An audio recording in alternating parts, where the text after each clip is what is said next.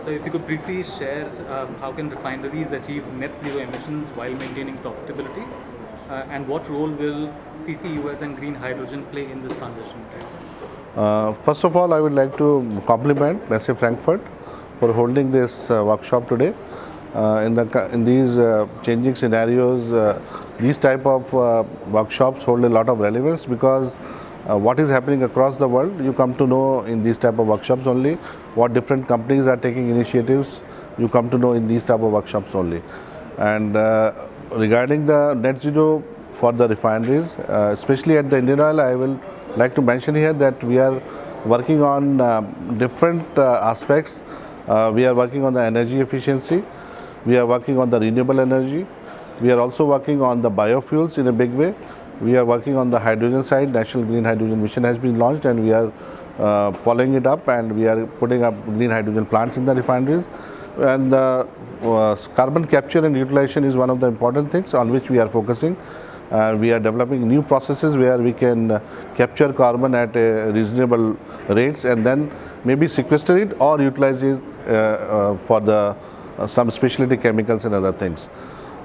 Hydrogen as you know that maybe इसको रोक के देन हो जाएगा ना, तो उसके लिए नेक्स्ट मैं बताता हूँ. As far as National Hydrogen Mission is concerned, government has announced 5 million metric tons of green hydrogen to be produced, out of which 1 million metric ton has been already been announced by oil and gas sector companies, and plants are being put up, electrolyzers especially. Parallelly, also would like to mention here that we are also working on the two other pathways for production of green hydrogen. One is on the CBG reforming, as we are going to have a lot of CBG in the coming days, so we can reform CBG to produce hydrogen. And secondly, we are also working on biomass gasification processes where biomass can be gasified and we can produce green hydrogen.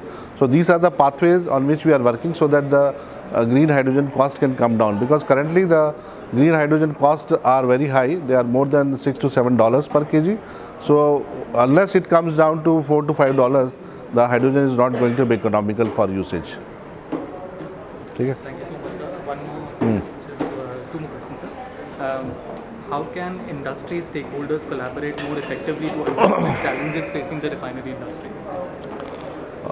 I think collaboration is going to be the key in the coming days, because all these new areas which are coming up, like biofuels, hydrogen, other things, nobody is expert in these areas, and collaboration is going to play a very key role for all these new like scenarios which is building up.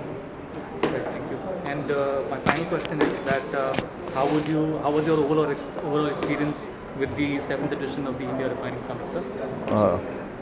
I think I've seen the program, and the way the various topics are there, and overall coverage has been given to the like refinery sector, petrochemical sector, and alternative energy areas which are there now for going to the net zero goals of the country and for the organization. I think this is all well covered, and I compliment Mr. Frankfurt for this.